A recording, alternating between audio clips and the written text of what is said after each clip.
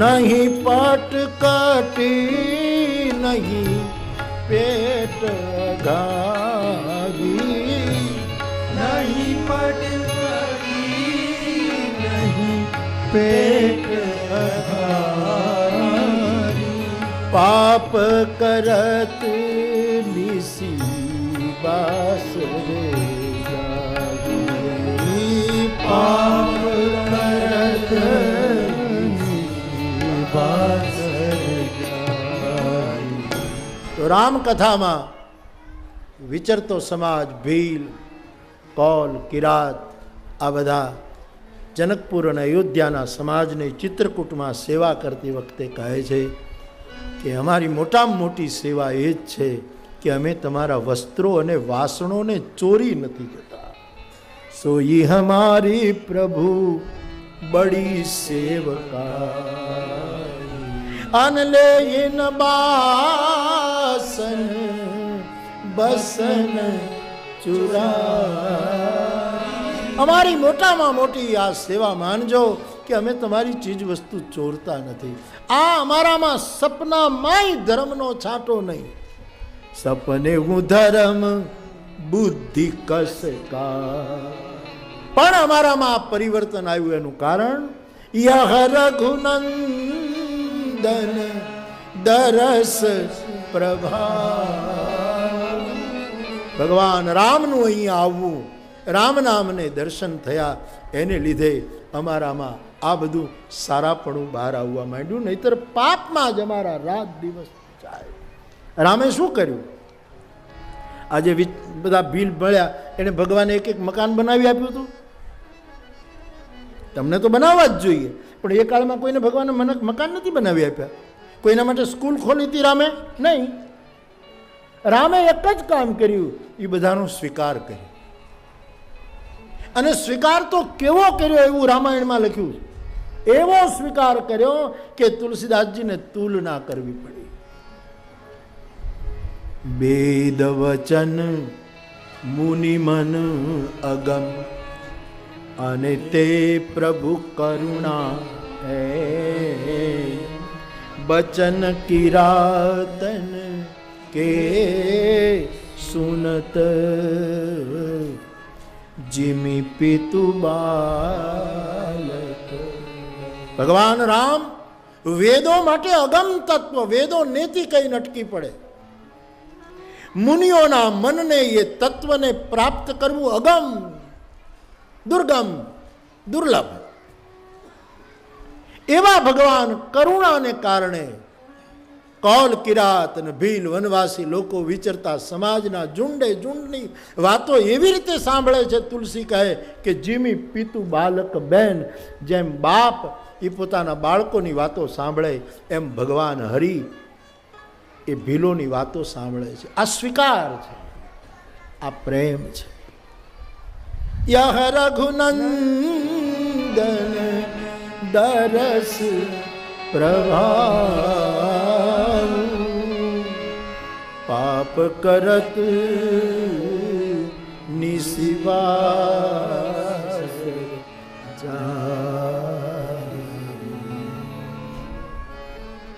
એવા સમાજની આ કથા છે. મારે એટલું જ કહેવાનું, તમારે યજ્ઞ કરવાની જરૂર નથી. તમારે પ્રાણાયામ, તમે એમનેમાં આ મુરલી વગાડો ને, પ્રાણાયામ એમનેમ થઈ જાય સાહેબ. અને અને આ જે આ વગાડે ને બીન, એમાં પ્રાણાયામ એ કુંભક ને રેચક ને પૂરક ને એની મેળાએ એને ખબર ન હોય એમ બધું થાય સાહેબ. એને એમનેમ થઈ જાય, કંઈ કરવું જ ન પડે ને યોગ કરવો પડે. તમે એટલું જ કરો, તમે જેને માનતા હો એ હરિના નામનો આશ્રય કરો. ચારેય આશ્રમની તમને જરૂર નથી. તુલસી કહે તજહી આશ્રમે ચારી, ચારેય આશ્રમથી તમે મુક્ત અને વિમુક્ત છો. તમે વર્ણથી મુક્ત અને વિમુક્ત છો. તમારે ખાલી હરિનામ, હરિભક્તિ કરો બસ. સવાર સાંજ હરિને યાદ કરો અને હરિનું સ્મરણ. કંઈક મજબૂરીઓને કારણે આપણે કદરૂપા થઈ ગયા છીએ સાહેબ, એ કપડાં ફેંકાવી દેશે અને પાછું આપણું ઉજળાપણું બહાર આવીને ઊભું રહેશે, અંદર પડેલું તત્વ બહાર નીકળશે. તો ગઈકાલે આપણે રામના નામની વાત કરતા હતા કે રામનું નામ, પ્રભુનું નામ લેવું બસ. અને પછી યાજ્ઞવલ્ક નામના મહાત્મા જ્યારે ભરદ્વાજજીને કથા સંભળાવે છે ત્યારે શંકર ભગવાનની કથા કહે. મેં તમને કીધું હતું કે કાલે શંકર ભગવાનની કથા આપણે કહેશું. સાંભળો. એકવાર ત્રેતાયુગમાં બહુ પહેલા શંકર ભગવાનના જે પહેલા લગ્ન થયેલા એના સસરાનું નામ હતું દક્ષ રાજા. દક્ષ મહારાજા બહુ મોટા રાજા પ્રજાપતિ. એની દીકરી, એનું નામ સતી, એની સાથે શંકર ભગવાન પરણેલા. બરાબર. અને પછી સરખું હાલતું હતું. આ શંકરે મોટામાં મોટો વિચરતો છે.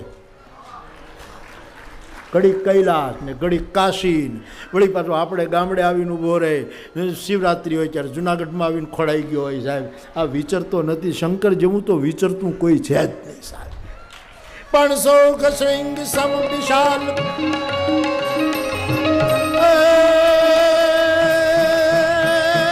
શોક શૃંગ સમ વિશાલ જટા बाल गंग की तरंग माल विमल नील गाजे लोचन कैलाल लाल चंदन की गोरी बाल बाल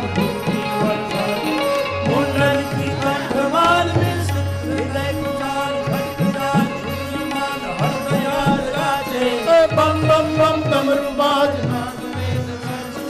शंकर महाराज याद तांडव नाचे एज भोले महाराज याद तांडव नाचे एज शंकर महाराज याद निराकार मौकार मूलम तुरीयम गिरा ज्ञान गोति तमीशम गिरीशम करालम महाकाल कालम कृपालम गुणागार संसार पारम नतो हम तुषाराध्य संकार गौरम गंभीरम मनोभूत कोटि प्रभासी सुरनमौलि कल्लोलिनी चारु गंगाल सद्भाल वाले कंठे भुजंगा चलत कुंडलम नेत्रम विशालम प्रसन्ना. જગત આખાના લોક સાહિત્યનો જન્મ શંકરમાંથી થયો છે અને શિષ્ટ સાહિત્યનો જન્મ બ્રહ્મામાંથી થયો. વિષ્ણુ બેયનો સેતુ છે. બ્રહ્મા વેદના વિચારના દેવતા, એમણે જગતને શિષ્ટ સાહિત્ય આપ્યું ચતુર. અને શંકર લોક દેવતા છે. એણે જગત આખાની લોક કળાઓ ને બધું લોકનું બધું સાહિત્ય શંકરમાંથી. આ ડમરૂના ડાકને ક્યાંથી નીકળ્યું સાહેબ? શંકરમાંથી નીકળ્યું. આ બધું આખું વ્યાકરણનો ધોધ નીકળ્યો સાહેબ એના નાદમાંથી. આ શિવ સાહિત્ય. એટલા માટે હું બ્રહ્માના સાહિત્યને શિષ્ટ સાહિત્ય કહું છું અને શંકરમાંથી નીકળેલું લોક સાહિત્ય એ ઇષ્ટ સાહિત્ય. કારણ કે બધાનો ઇષ્ટ શંકર છે, ઇષ્ટ સાહિત્ય છે. શેમાં તે કમ્પોઝ કર્યું?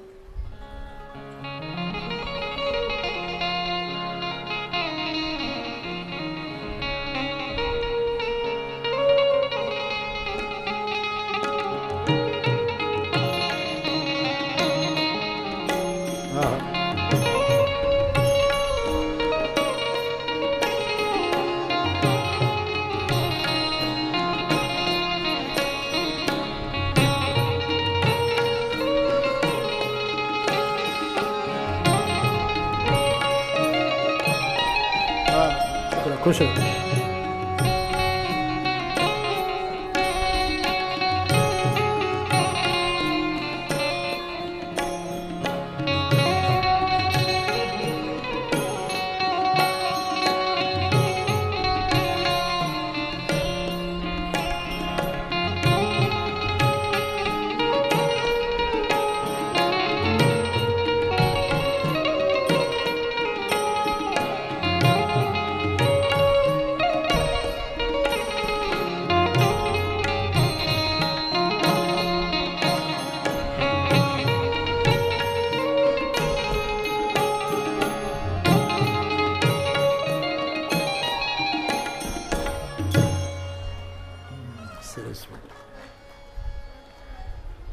તો ભગવાન શંકરના લગ્નની વાતો માંડવી છે આપણે. એટલે પહેલાં તમને કહી દઉં, શંકરના પહેલાં લગ્ન દક્ષ નામના રાજાની દીકરી સતીની સાથે થયું અને સરખું ચાલતું હતું. એમાં એક દિવસ શંકર ભગવાને વિચાર કર્યો કે મારે કથા સાંભળવા જાવી છે. પોતે જ આ કથા લખી, પણ સાંભળવા તો બીજાની પાસે જવું પડે તો જ આનંદ આવે ને સાહેબ. એટલે વિચાર થયો કે મારે કથા સાંભળવા જવું છે. ક્યાં જાઉં? ક્યાંય નાખી નજર ન પહોંચે એટલા ઋષિમુનિઓ હતા. કથાકાર કથાકાર કથાકાર, ચારે બાજુ એ વખતે કથાકાર કથાકાર કથાકાર, ચારે બાજુ જ્યાં જાય ત્યાં કથા હાલતી હોય. કોઈક ટેકરા ઉપર બેહીને, કોઈક ખીણમાં બેહીને, કોઈક ગામના ચોકમાં, ચારે બાજુ આશ્રમમાં ભગવાનની કથા જ ચાલે, એવો કાળ. એમાં શંકર ભગવાનને થયું કે બહુ દૂર જાઉં,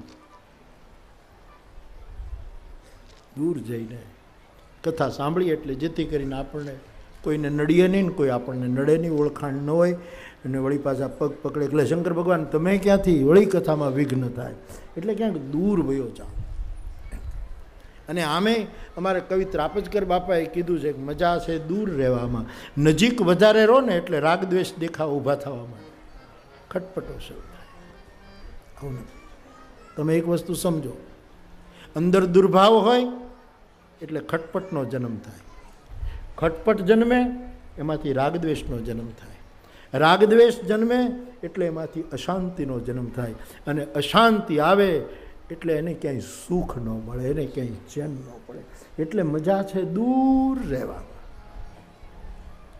દૂર જઈને કથા સાંભળવાનો નિર્ણય શંકર ભગવાને કર્યો. હવે તો એકલા નીકળ્યા, સર્પો ગળામાં. સર્પોએ જ કીધું અમે તો આવવાના છે, તમે અમને મૂકીને ક્યાં જાઓ. હા, સર્પના ઘરેણા, મહાદેવના મૃગચર્મ વીટેલું, મહાદેવ તૈયાર થયા. એટલે એના જે અંગત જે બધું હતું શરીર ઉપરનું, એ તો બધું એને લે. પણ જેવા નીકળ્યા એટલે એના પત્ની સતીએ કીધું તમે ક્યાં જાઓ છો? કે કથા સાંભળવા. કઈ જગ્યાએ? કે આમ એક અગસ્ત નામના મહાત્મા છે ઋષિ, એની પાસે કથા સાંભળવાની ઈચ્છા થઈ છે, એ બાને થોડો સમય હું ત્યાં રહું અને મને શાંતિ. એનો અર્થ એમ કે ઘરમાં કંઈક, એટલે હું ત્યાં થાઉં. ત્યાં તો સતીએ વેન લીધું કે અમારે નહીં આવવું હોય, મેળા તમે એકલા જ કરો, અમારે નહીં કથા સાંભળવી હોય, અમને નથી કથા ગમતી, અમને કથામાં રસ છે, કાં તો તમે બંધ રાખો ને કાં અમને લઈ જાઓ. શંકર ભગવાને કીધું તો હાલો, પણ શાંતિથી સાંભળજો. કે તો સાંભળીએ તો ખરા જ ને. એ જે એના પત્ની હતા એ સતીને લઈને શંકર ભગવાન નીકળ્યા. હવે એ વખતે તો વાહન કાંઈ હતા નહીં. આમ તો નંદી ખરો એની પાસે વાહન, પણ શંકરને એવું કે આમ પગે ચાલીને જઈએ, કથામાં જઈએ તો વાહનમાં નહીં. પણ એવું નહોતું. વાહન એટલા માટે ન લીધું કે પગે ચાલીને છેક ત્યાં લઈ જાઉં, જો થાકી જાય ને પાછા ફરી જાય, આટલે દૂર જવાનું, જો પાછા ફરી જાય તો હું શાંતિથી એકલો કથા સાંભળ. પણ ન ફર્યા, ગયા. અગસ્ત ઋષિની પાસે આવ્યા. અગસ્ત તો રાજી થઈ ગયા, શંકર ભગવાન આવ્યા મારે ત્યાં. પૂજા કરી, પ્રણામ કર્યા, અને શંકરના ધર્મપત્ની સતી જગદંબા એને પણ પ્રણામ કર્યા. હવે એમાં શંકર ભગવાન તો બહુ દયાળુ, ઉદાર. એને એમ થયું કે ઓહો, જેની પાસેથી મારે કથા સાંભળવાની, એ મહાત્માની મારે પૂજા કરવી જોઈએ, સ્વાગત કરવું જોઈએ. એને બદલે એ મારી પૂજા કરે. ધન્ય છે આ મહાત્માએ કથાને પચાવી છે. પણ શંકર ભગવાન પત્ની એને એમ થયું કે ઓહો, અમે આવ્યા ત્યાં અમારી પૂજા કરવા માંડ્યો આ મહાત્મા. એ શું કાંઈ શું કથા કહેવાનું, એની કથામાં હોય શું? આવી ખોટી ગાંઠ વાળી લીધી. મેં તમને વચ્ચે એક દિવસ કીધું હતું, ગાંઠું નહીં વાળવી. હા, ગળાની ગાંઠે ખરાબ, શેરડીની ગાંઠે ખરાબ, રૂમાલની ગાંઠે ખરાબ, અને એકાબીજાની તરફ જે રાગદ્વેષની ગાંઠો પડી જાય એ તો બહુ ખરાબ સાહેબ. પણ સતીએ ગાંઠ વાળી લીધી કે હવે આની પાસેથી શું સાંભળવાનું? આનો જન્મ જ ઘડામાંથી થયો, માટલામાંથી આ માણસ જન્મ્યો, એટલે તો એને કુંભ જ કહેવાય. હવે આ તો માટલામાંથી જન્મેલો, કથા તો દરિયા જેવી. આવડી આટલો આ વળી શું કથા કહેવાનું? આવી એક ખોટી ગાંઠ વાળી લીધી. હવે પતિની સાથે આવેલા કથા સાંભળવા એટલે બેસવું તો પડે જ. બેઠા પણ કથામાં ધ્યાન ન આપ્યું. આખી કથા પૂરી થઈ પણ સતી એમને બેઠા, કંઈ ધ્યાન જ ના આપ્યું. કથામાં જવું તો આમ એવો સામાન્ય નિયમ, મારે તો એવી કોઈ શરતો જ નથી કોઈના ઉપર લાદતો, પણ થોડુંક ધ્યાન આપવું આવો એક નિયમ ખરો તો થોડુંક આપણે. બાકી તો મારી તો એવું કે કથામાં તમે બેસો એ કાફી છે સાહેબ. એસી રૂમમાં જ્યાં પછી કાંઈ મને ઠંડી થાય, મને શીતળતા મળે, એના માટે કાંઈ નાચવું ન પડે. તમે બેસી જાઓ એટલે ટાઢોળું શરૂ થઈ જ જાય, કારણ કે તમારા રૂમમાં એસી. એમ કથાના મંડપમાં આવીને બેહો એટલે તમને સારું લાગે જ. સમજીને સમજાય તો બહુ સારું. મારે કોઈ નિયમો લાદવા જ નથી કે તમે આમ હજડ બંધ થઈને બેહો, એવું આપણે કંઈ કરવું જ નથી. એટલે જ મેં તમને પહેલે દિવસે છૂટ આપી છે. અને બાપા તમે કંટાળો જ્યારે જવું હોય તો પાછા પાણી પીવું હોય તો પી આવજો બાપા. હા, કારણ કે તમને પહેલી વાર હું 3 કલાક બેસાડી રાખું એટલે તમે વિમુક્ત છો,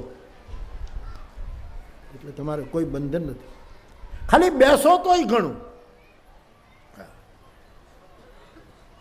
તમને કદાચ તમે આ 9 દિવસ કથા સાંભળીને જશો અને કોઈ પૂછે કે શું કથામાં સાંભળી આવ્યા, શું લીધું, શું ગ્રહણ કર્યું, તમારે કંઈ કહેવું નહીં. અમે બેઠા હતા અને કોઈ દિવસ નહોતા બેઠા એવા બેઠા હતા. અને સાહેબ આ જીવનમાં કથા જ માણસને બેસાડી દે છે. બાકી તો જગતમાં જ્યાં જોઈએ ત્યાં દોડા દોડી સિવાય બીજું કાંઈ નથી. કથા જ બેસવાનો આનંદ છે. આ તો હાવ બધા મૂંગા બેસીએ તો કોઈને ગમે નહીં, એટલે હું બોલું છું ને તમે સાંભળો. બાકી આ બેઠકનો વિષય છે, બેસી જવાનો આ મામલો છે. બેસી ગયા ફાવ્યા. સમજાય ન સમજાય એની વાત દૂર છે, પણ થોડુંક ધ્યાન અપાય તો વળી વધારે આનંદ આવે. બાકી કંઈ ચિંતા જ નથી, એમને મેં બેસાય, કોઈ સવાલ જ નથી. આમ કરતાં કરતાં ધીરે ધીરે વધારે રસ આવવામાં એ ધ્યાન ના આપ્યું.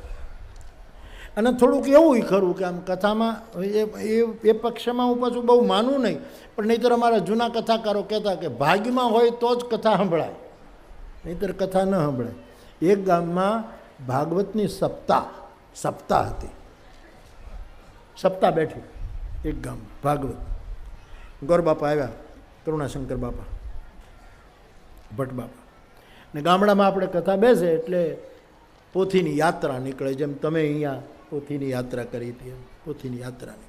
ને ગામડામાં તો બીજું શું, એ વખતમાં તો કાંઈ બેન્ડ વાજા ને એવું કાંઈ નહીં, ઢોલ હોય, શરણાઈઓ હોય, જે હોય એ. અને એમાં ગામનો ચોકીદાર ભરેલી બંદૂક લઈને હતો.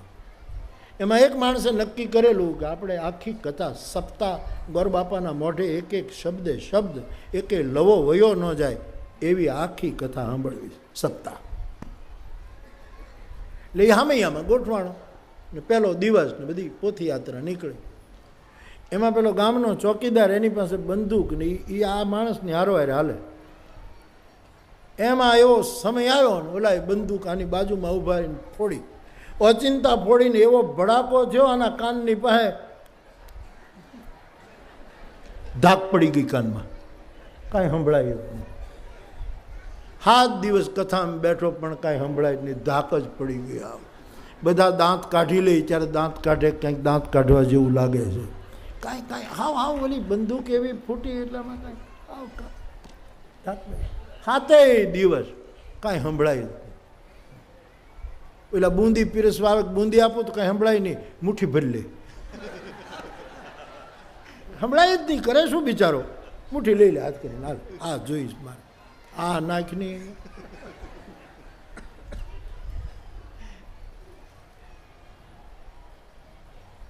અમારા ગામડામાં તો અમુક કોમ એવી એ કથાનો કે કંથા સાંભળવા ગયા હતા.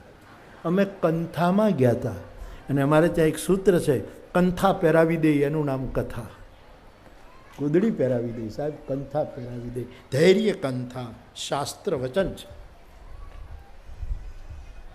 7 દિવસ એમને બેઠો ગોરબાપાની સામે. ગોરબાપા શું બોલે કાંઈ ખબર ન પડે. સપ્તાહ પૂરી થઈ, પોથી કોને ઘરે લઈ જાઓ એની ઉછામણી થઈ.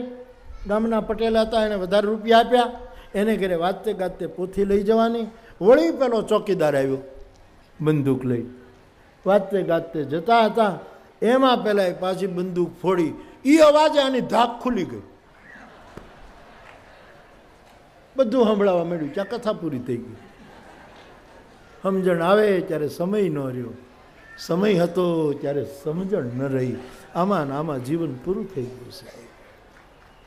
એટલે કથામાં બેસીએ તોય સારું, એનોય આનંદ છે. મારી તો ત્યાં સુધી ખાલી બેસો, સમજાય નહીં તો.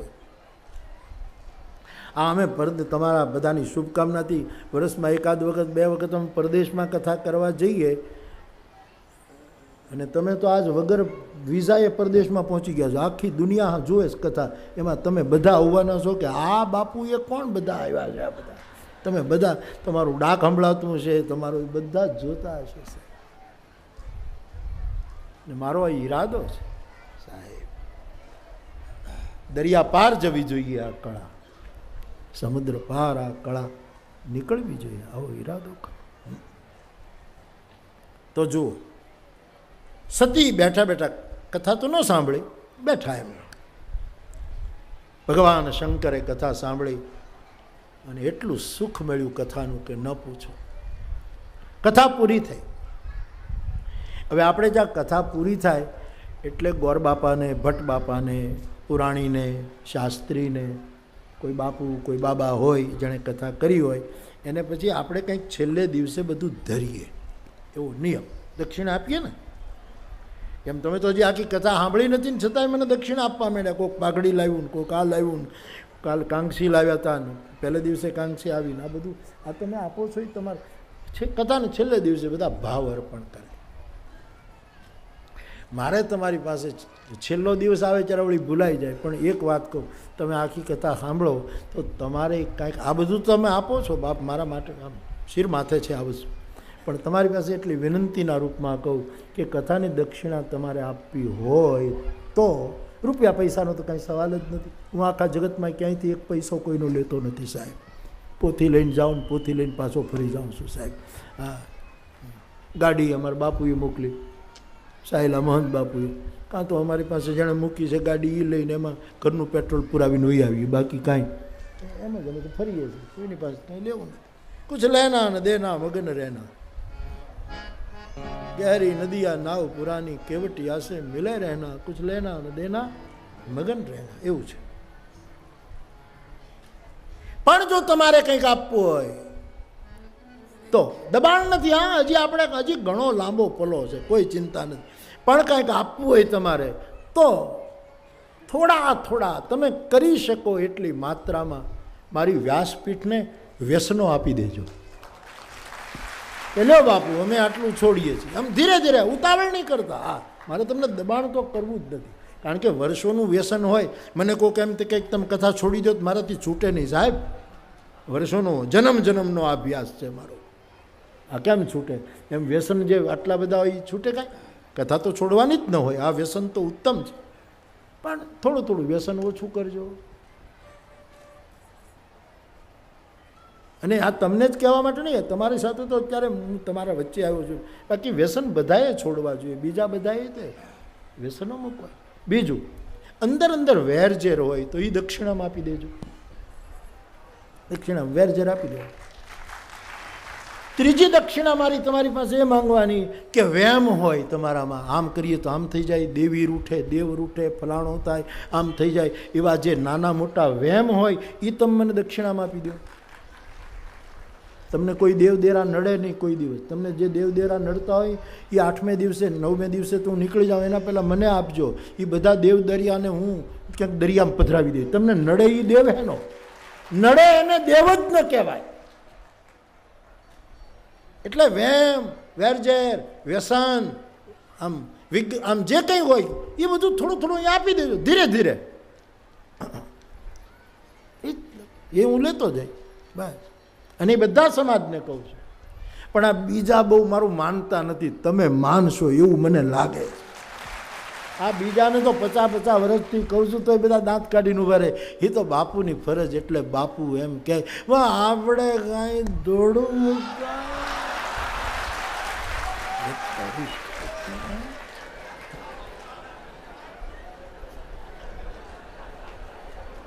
ઘણા તેમ કે બાબુને હું ખબર પડે, છાંટો લીધો હોય તો ખબર પડે ને.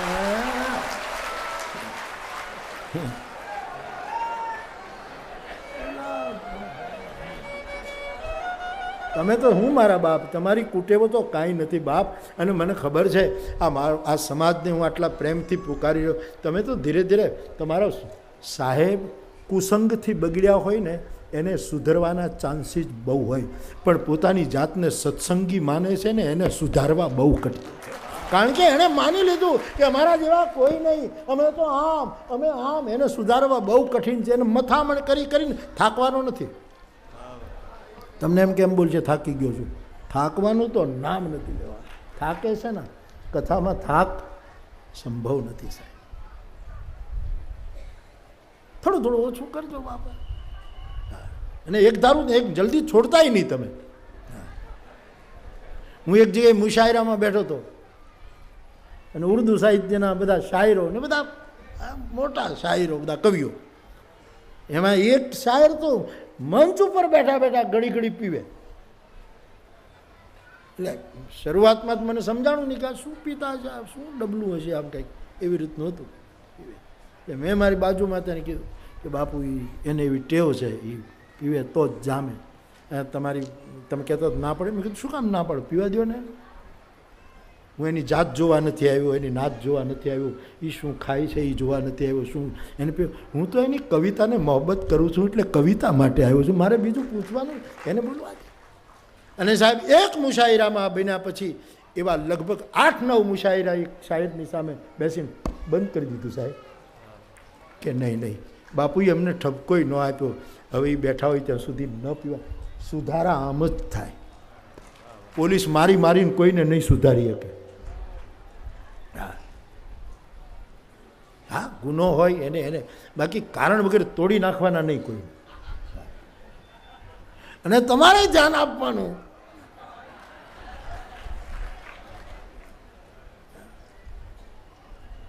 ના હવે તો બધા આપણું એમાં ગુજરાતની પોલીસ તો એ તો આમ પકડી લે વિરમગામ પાસે, પણ પાછું છોડી મૂક્યા એટલે વાંધો નહીં. હા આપણે થોડુંક ધ્યાન રાખીએ.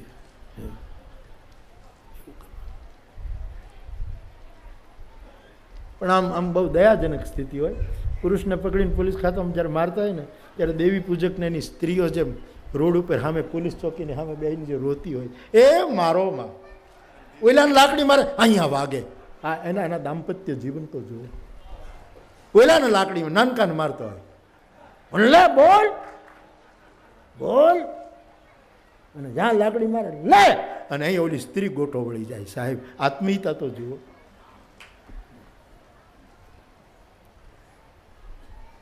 કાયદાના પેલામાં સૌ વિભાગે પોતાની ફરજો બજાવે, પણ પ્રેમ, કરુણા અને સ્વીકારની બહુ. આ જગત શસ્ત્રોથી નહીં સુધરે સાહેબ. શસ્ત્રોથી સુધર્યો. ઓશો રજનીશજીનું એક નિવેદન છે સાહેબ કે 2500 વર્ષમાં 5000 યુદ્ધો થયા. 2500 વર્ષમાં 5000 યુદ્ધ થયા અને એ બધા ધર્મને નામે થયા. હદ છે સાહેબ. અને પરિણામ શું આવ્યું? મને આમ તમે ચાકુ આપી દે એક ક્ષણ મને એમ થયું મારે લેવી કે ન, કારણ કે હું કોઈ પણ ચાકુ શસ્ત્ર નથી એટલે મેં સ્વીકાર્યું કે ચાકુ એ તો આપણે શાકભાજી. બાકી હું વિરોધી શબ્દ મારા ડિક્શનરીમાં નથી, પણ મને શસ્ત્ર વસ્તુ જ નથી ગમતી. શસ્ત્ર નહીં. શસ્ત્રો લઈને દુનિયાને શું સુધારી આપણે? યુનોના કેટલા પ્રોગ્રામો, ક્યાં જગત સુધર્યું છે? યુદ્ધો તો ચાલુ જ છે સરહદને નામે, લુચ્ચાઈના નામે. ક્યાં અટક્યું છે? હવે પ્રેમ કરો જગતને. હું તમને વિનંતી કરું, આપણે બધાએ 2 હાથ ઊંચા કરીને, પહેલાં હું ઊંચા કરું, જેમ બોલું એમ તમારે બોલવાનું. એટલે એક વાત પહેલાં હું કરીશ, પછી તમે કરજો, અને હું જે બોલું એ બધાએ બોલવાનું. બરાબર? પાકું? સારું. ચાલો જુઓ. પ્રેમ દેવો ભવ, પ્રેમ દેવો ભવ, પ્રેમ દેવો ભવ,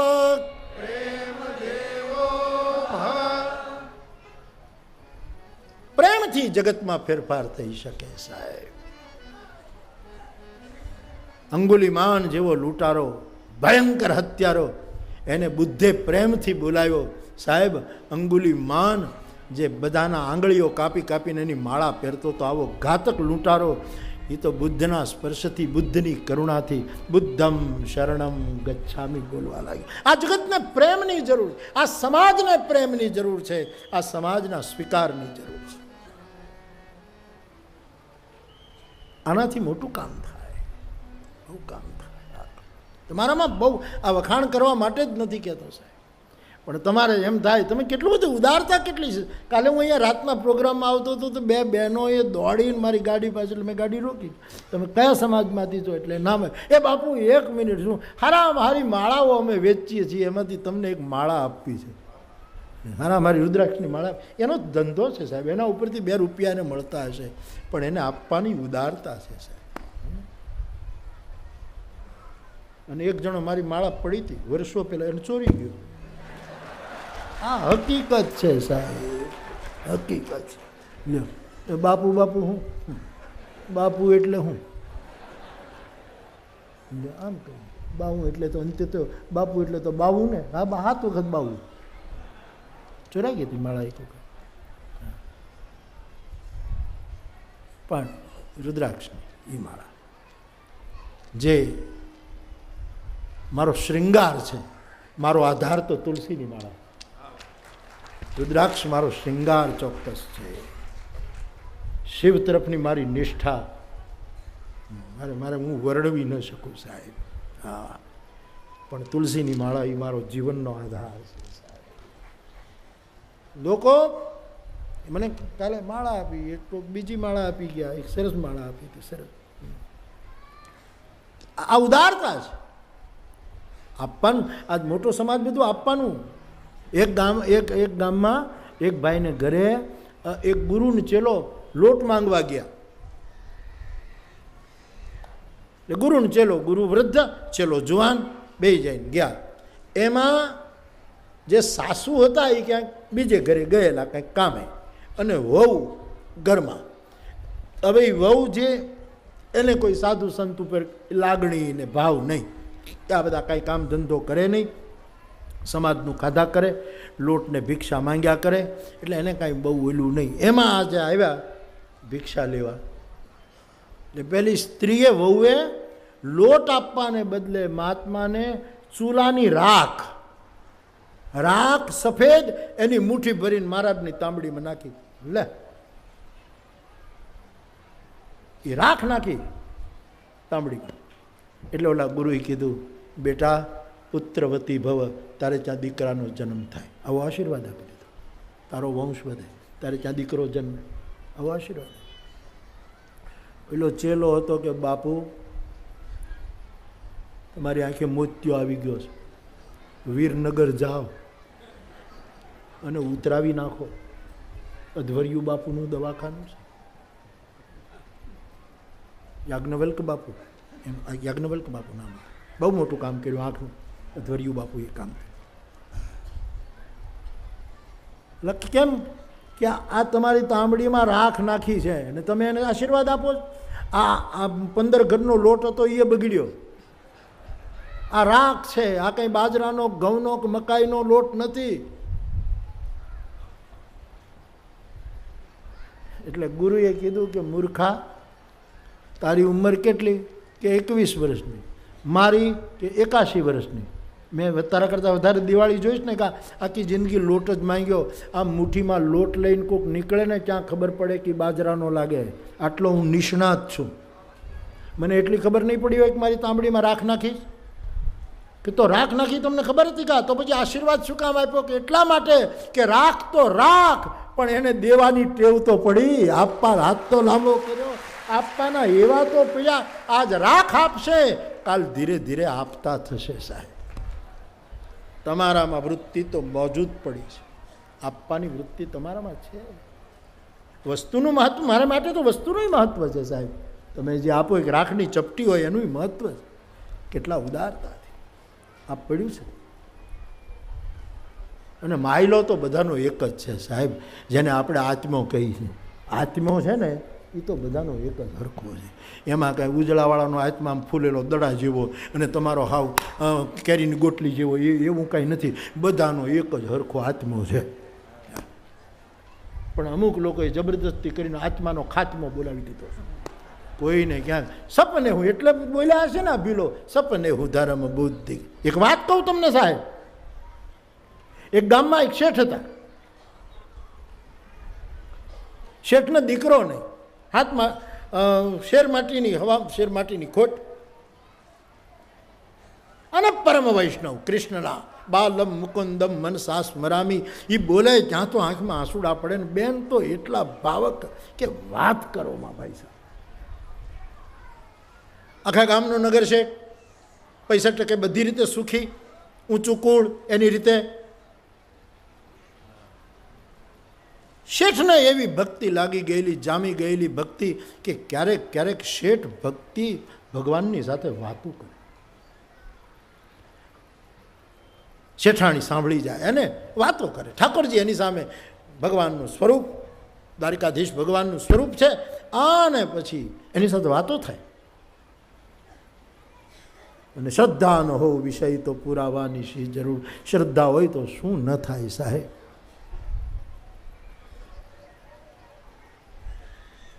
એક દિવસ શેઠાણીએ શેઠને કીધું કે ભગવાન તમારી સાથે વાતું કરે છે, પ્રભુની પાસે એટલી, તમે તો બહુ જ ઊંચી કક્ષાએ, પણ હું એક સ્ત્રી છું અને માં ન બનું ત્યાં સુધી મારું સ્ત્રી પણ હું અધૂરું ગણાય.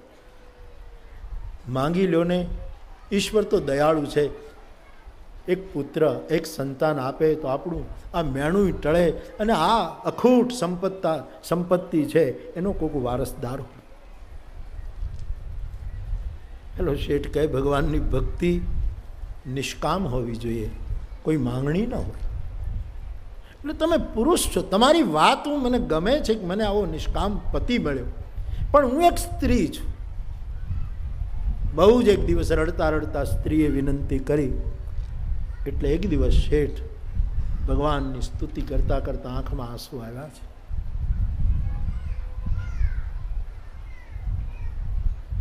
ઠાકોરજીની મૂર્તિ બોલી, શેઠજી, ઠાકોર કેમ આજ દુઃખી છો? કે ભગવાન તમે મારા ભાવને તો અંતર્યામી છો, જાણો છો, પણ મારી પત્ની સ્વાભાવિક છે, સ્ત્રી છે, અમે સંસારી છીએ, એના મનમાં ઈચ્છા છે કે એક સંતાન હોય, એક દીકરો હોય. આપ તો અવઢર દાની છો, સમર્થ છો. ભગવાને કહ્યું કે શેઠજી તમારે ત્યાં દીકરો જન્મે ચોક્કસ, પણ એક શરત પાળવી પડશે. શું? જો તમે એના લગ્ન કરશો તો છોકરો જે દિવસે પરણીને ઘરે આવશે એ જ દિવસે છોકરાને, તમારા દીકરાને સર્પ કરડશે, નાગ કરડશે, અને આવેલી તમારી પુત્રવધુ, હજી દીકરો અને તમારી પુત્રવધુ વાતચીત કરે, મળે એના પહેલાં તો વિધવા થશે. લગ્ન ન કરો તો બચશે. આ શરત. ભલે પ્રભુ, મારી પત્નીને સમજાવીશ. ઠાકોરજીના આશીર્વાદ થયા છે સાહેબ.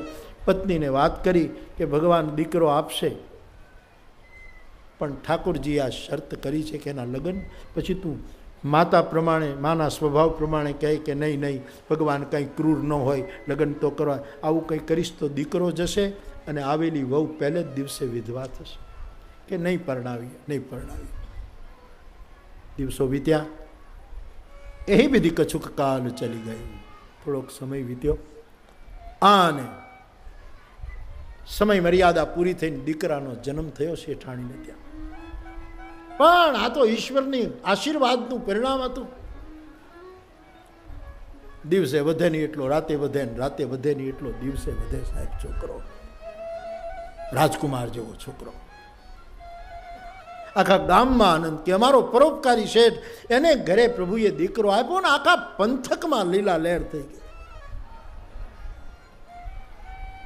પણ રોજ શેઠ એની પત્નીને કહે કે હા, તું શરત યાદ રાખજે ઠાકોરજી, આને પરણાવવાનું નામ નહીં લેતી.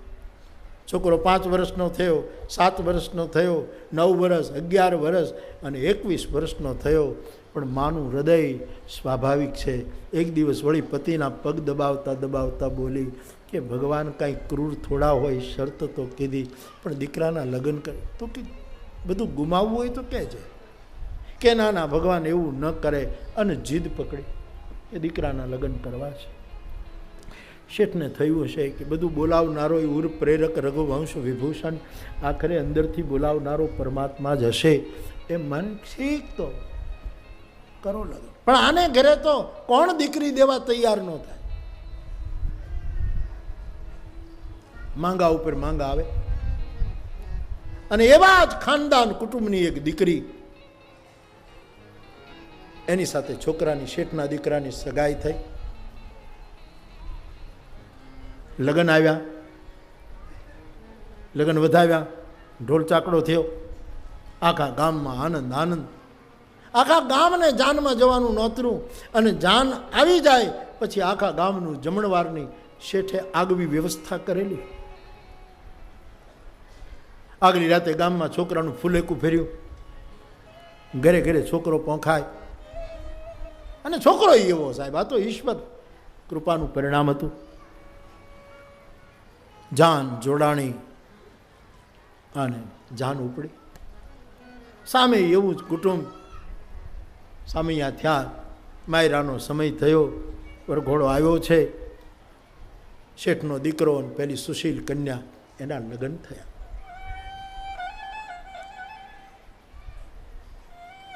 જાનને વળાવી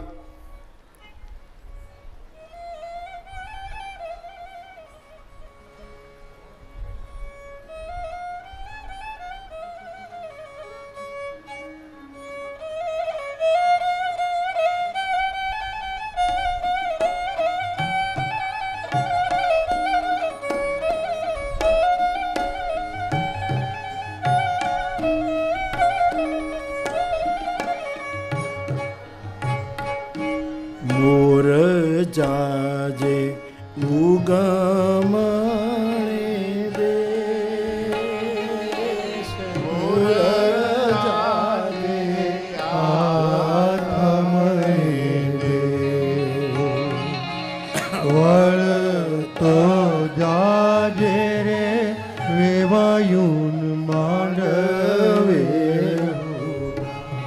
લગ્નો ગીત ગવાણા સાહેબ, વાહ વાહ બાપ. તાજા જે રે વેવાયુને માંડવે હોરા, પણ તાજા જે રે વેવાયુન માંડવડે હોરા.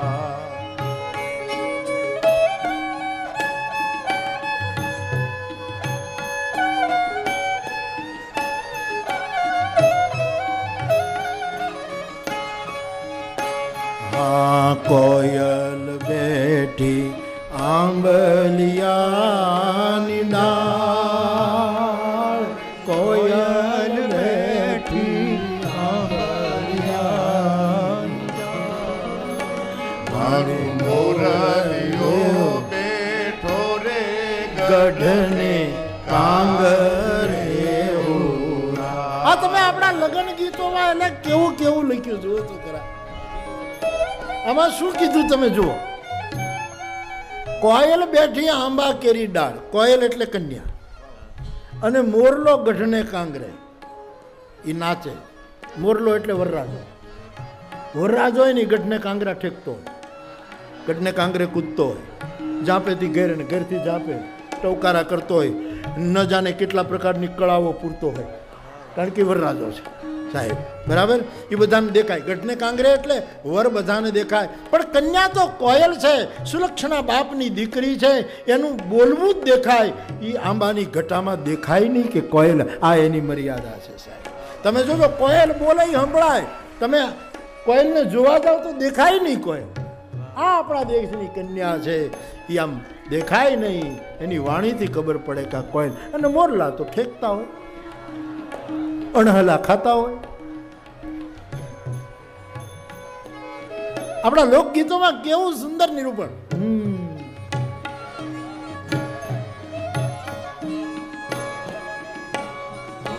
બોલ રે હે મારી આંબાની કોયલ. બાપુએ વાત કરી કોયલની, અને જ્યારે ઢોલ ત્રિપાલ જેવા વાગતા હોય અને ગીતડા ગવાતા હોય, કોયલ બેઠી એટલે કોયલ બેઠી આંબલિયાની રે ડાળ, મારો મોરલિયો બેઠો રે ગઢને કાન રે માણા, એ હોંસીલા વીરા તમે કોયલને ઉડાડો આપણી, એ કેસરિયા વીરા તમે કોયલને ઉડાડો આપણી. બાપ વાતે ગાતે ધામધૂમથી લગ્ન થઈ, પૂરા થયા. જાન ઉઘલાવી, સાધુ બ્રાહ્મણની લાઈન ઊભી હતી, એને બધાને દક્ષિણા આપી, દાંત આપી, હાવને ગામના પાદરમાં લાઈનમાં ઊભા રાખી. અને પહેલાંના સમયમાં લગ્ન થતા ગામડામાં, ત્યારે સાધુ બ્રાહ્મણને આમ લાઈનમાં ઊભા રાખીને એમાં હું ઊભો રહેલો છું એની મને ખ્યાલ છે. હા ચડી પહેરીને એ સમયે અમે બધા ઊભા રહેતા, અને પછી ગૃહસ્થ દક્ષિણા આપે. અને એ વખતે પેલો પૈસો વધીને ઓલી ઢબુડી, પીળી ઢબુડી, ઢબુડીમાં ઢબઢબ કુંડલાની નાવલી, આવી એક કહેવત છે આપણે કુંડલા, ઢબુડીમાં ઢબઢબ અને કુંડલાની નાવલી. કુંડલાની નાવલી એવી આવે કે ઢબુડીઓ પણ ઢબઢબ કરતી હોય, ઢબુડી આવે. એકાનો તો ભાગ્ય મળે, એકાનો તો ભાગ્ય. પછી અમારા સાધુ બ્રાહ્મણો કોકને ઓછી દક્ષિણા વધારે દક્ષિણા હોય એટલે પછી નક્કી કર્યું બધી દક્ષિણા ભેગી કરીને હરખે ભાગે ઘરે ઘરે વહેંચી દેવાની. એવું પછી એમાં બે આગેવાનો હોય એ પછી હરખે ભાગે વહેંચે, એવું બધું ચાલુ. ખૂબ દક્ષિણા આપી, જાન દીકરીને વળાવી, શેઠ ઘરે આવ્યા. પણ ઘરે આવ્યા પછી શેઠનો ચહેરો ઉદાસ થયો કે ઠાકોરજીએ કીધું તું કે ઘરે આવશો અને દીકરાને સર્પ કરડશે. અરે રે રે રે આ દીકરી અમારે આંગણે આવીને વિધવા થશે, પણ અમારી પત્ની માની નહીં, શું કરું? અને જાન ઘરે પહોંચી છે. મેં કીધું એમાં આગવી વ્યવસ્થા કરી હતી કે આખા ગામને દીકરો પરણીને આવે પછી આખા ગામને આજુબાજુના વિસ્તારને જમાડવાનું નક્કી થયું. એક પંગતે એક જ સરખી રસોઈ, માલપુવા, ભજીયા, દાળ ભાત, શાક.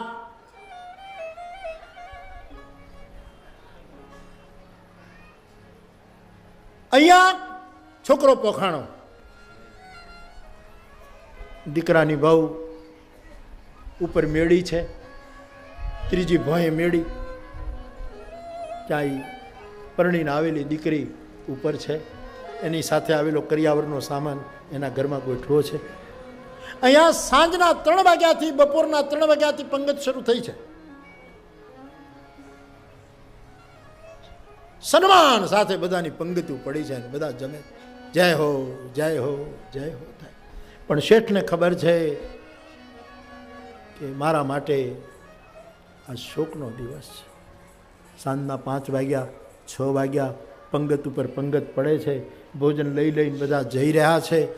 અને 7 વાગ્યા અંધારું થયું છે અને શેઠને એમ થયું કે ઈશ્વરનો શબ્દ ખોટો ન પડે, શું થશે? એ ઠાકોરજીના મંદિરમાં જ્યાં ભગવાન એની સાથે વાતો કરતા હતા ત્યાં જઈને શેઠે અંદરથી દરવાજો બંધ કર્યો છે. આરાધ સ્તુતિ ઉપાડી છે, હે ઠાકોરજી, મને તો ખબર છે કે આ દુઃખ આવવાનું છે, પણ હે પ્રભુ, મારે આંગણે આવેલી આ પુત્ર વધુ કેમ જીરવશે? છોકરાની માં કેમ જીરવશે? હે અનાથના નાથ, તારે ભરોસે બેઠા છે. આને શેઠ ઠાકોરજી દ્વારકાધીશની મૂર્તિની સામે સ્તુતિ કરવા માંડ્યો છે. ઓ વિશ્વાસુ ના વિશ્વાસુ,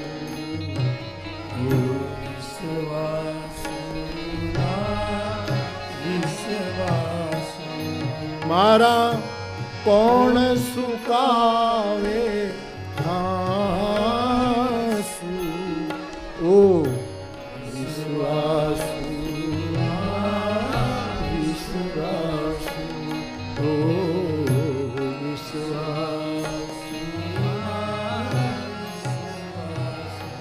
દીકરો પરણીને આવશે ને ઈ રાત્રે સાંજે 8 વાગે એનું મૃત્યુ થશે. આ વચનો શેઠને યાદ આવે છે. ઘડિયાળનો કાંટો આગળ વધે છે. 7:05, 7:10 અને છોકરાની આયુષ્ય ઓછી થતી જાય છે.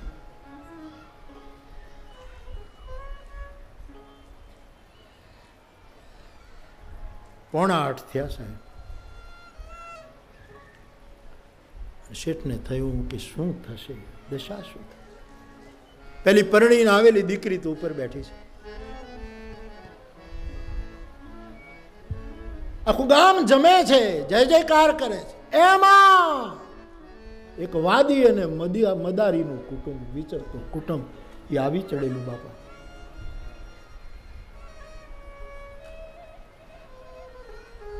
અને ગામના આગેવાને વ્યવસ્થા કરેલી. કીધું કે બાપા આજ તમને કોઈ ભીખ નથી આપવાની, તમને કોઈ હેઠું નથી આપવાનું. જેમ બ્રાહ્મણો જમે એમ પંગતમાં બેસાડીને તમને જમાડવાના છે.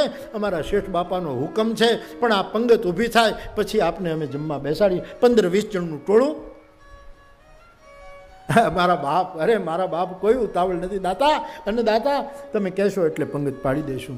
એ વાત કરીને બધા બેઠા ને એ પોતાની મોરલીઓ વગાડે ને આ ઉત્સવમાં આનંદ કરે છે બધા.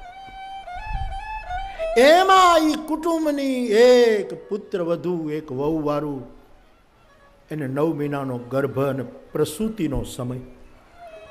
બાળકને જન્મવાની પીડા ઉપડે. અને આ વિચરતી જાતિ એમને મેં તો મારા તલગાજડા અને મહુવાના રસ્તે જોયું છે સાહેબ. આમ હાયલા જતા હોય અને એને વેણ ઉપડે અને સાહેબ બાવળિયાની નીચે બાળકનો પ્રસવ થાય અને પાછું તેડીને ખોણિયામાં નાખીને નીકળી પડે. અને ધડબા જેવા બાળકો હોય, ધડબા જેવા સાહેબ. 2 મહિનાનું બાળક જુઓ તો 2 વર્ષનું લાગે સાહેબ. મેં કેટલાયને પૂછ્યું છે કે આ તારું બાળક કેટલા વર્ષ? તો કે બાપુ 3 મહિનાનું છે અને 3 વર્ષનું લાગે. અને ઉજળિયાત કોમના 4-4 વર્ષના, હા 4-4ના દિવસે આ ગલુડિયા જેવા લાગે. ગલુડિયા 8-8 દિવસે તો આંખું ઉઘડે.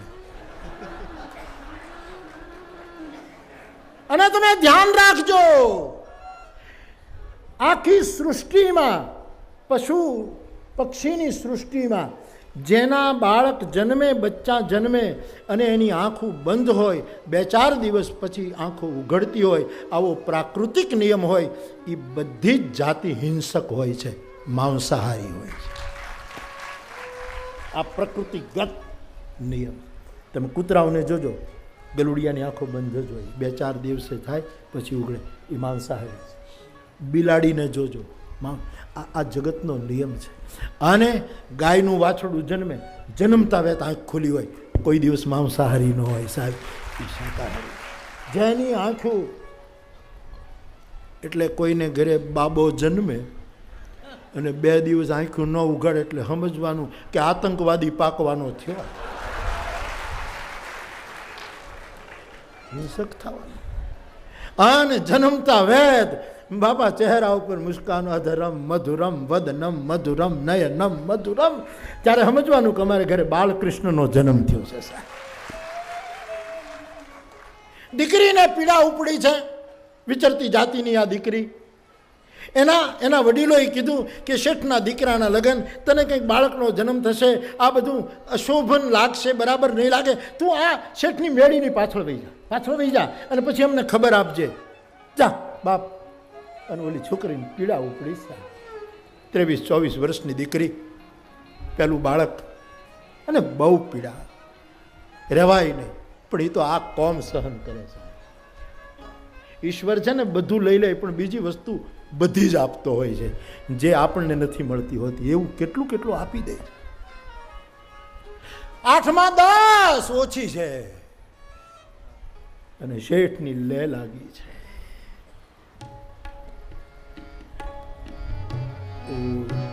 વિશ્વાસુ આંખમાંથી આંસુડાની ધારા થવા માંડી. હમણાં 8 વાગશે અને દીકરાને સર્પ કરડશે. અહીંયા છોકરો વરરાજો જે છે હજી એની પત્નીને મળ્યો નથી, મિત્રોને મળે છે, વાતોચીતો થાય છે અને પંગતો જમે છે.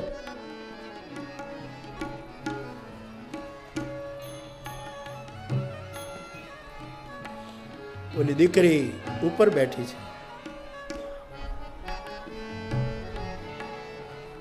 7-8 મિનિટ બાકી છે અને પોતાના ત્રીજા ભોની મેળીએથી નીચેથી કોઈના રુદનનો અવાજ સાંભળ્યો અને સુશીલ કુટુંબની દીકરી એને થયું કોણ રડે? બા, બાપા, મને કંઈક ખાવાનું આપો, મને પાણી આપો, મને બાળક જન્મ્યું છે, મને કંઈક આપો, નહીંતર હું ને મારું બાળક બે મરી જશું. અને ખાનદાનની દીકરીએ પોતાની હજી નવી નવી એને ખબર નથી બારી બારણા ક્યાં છે.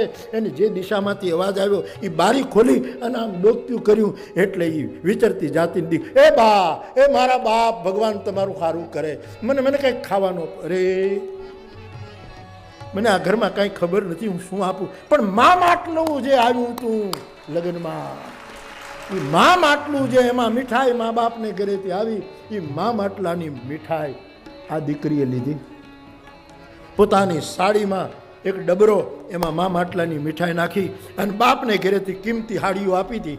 એ એક સાડીને બીજી સાડી, બીજીને ત્રીજી સાડી, એનું દોરડું કર્યું અને ઉપરથી જા, મારી બેન, બાપા, આ લઈ લે, તું જલ્દી ખા મારા બાપ. આને તો હજી એ ખબર નહીં કે પ્રસૂતિ શું કહેવાય, આમાં બધું કેવું દુઃખ થતું. લે મારા બાપ, મારા બાપ. એ મીઠાઈ લીધી, બાળક આમ પડ્યું છે, માં રડે છે, આંખમાં આંસુ છે. મારા બાપ, થોડુંક પાણી, પાણી. આન પેલી છોકરીએ આટાવાળો લોટો હતો, કુંજો પેસ્ટવાળો, એ એમાં પાણી ભર્યું, વળી 2 સાડી એને લોટે ભરી અને ઉપરથી લે મારા બાપ. એ પાણી પેલી વિચરતી જાતિની દીકરીએ પીધું. એનું બાળક આણે 2 બટકા ખાધા અને ઉપર જોયું, બાપ, તારું સૌભાગ્ય અખંડ રહે. 8 વાગી ગયા સાહેબ.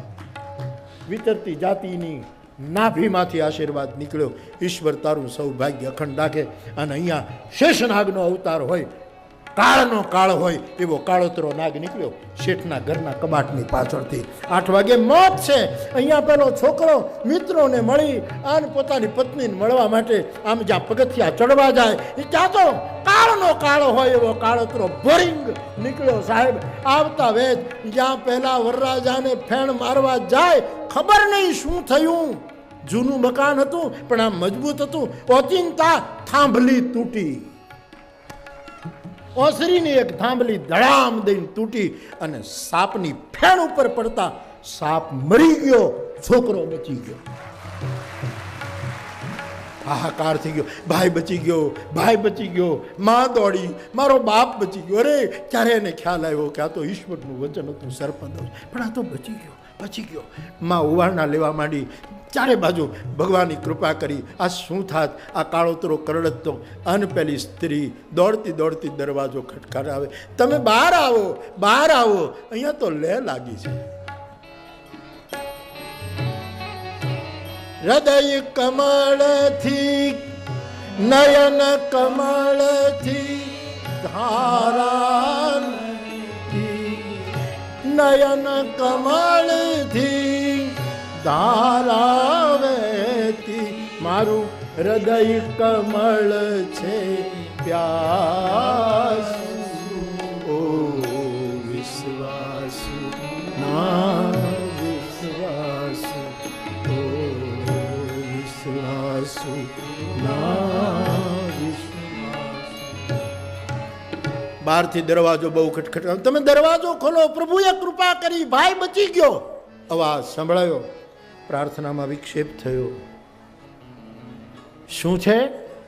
ભાઈ બચી ગયો.